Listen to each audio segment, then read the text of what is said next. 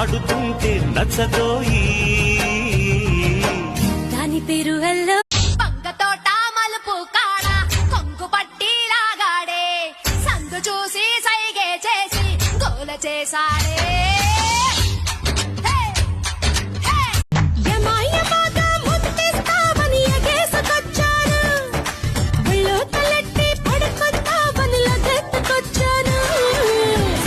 సుప్పనాదిరో